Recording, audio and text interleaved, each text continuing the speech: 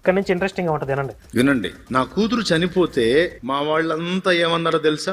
నువ్వు ఆ యేసు ప్రభులోకి వెళ్ళావు కాబట్టి, ఆ యేసు ప్రభుకి గుడి కట్టిస్తున్నావు కాబట్టి నీ కూతురు చచ్చిపోయింది. మన దేవుళ్ళు నీ కూతుర్ని చంపేశారు అన్నారంట. వాళ్ళు అలా అన్నారో లేదో మనకు తెలియదు, ఇది కల్పించి కూడా చెప్పొచ్చు.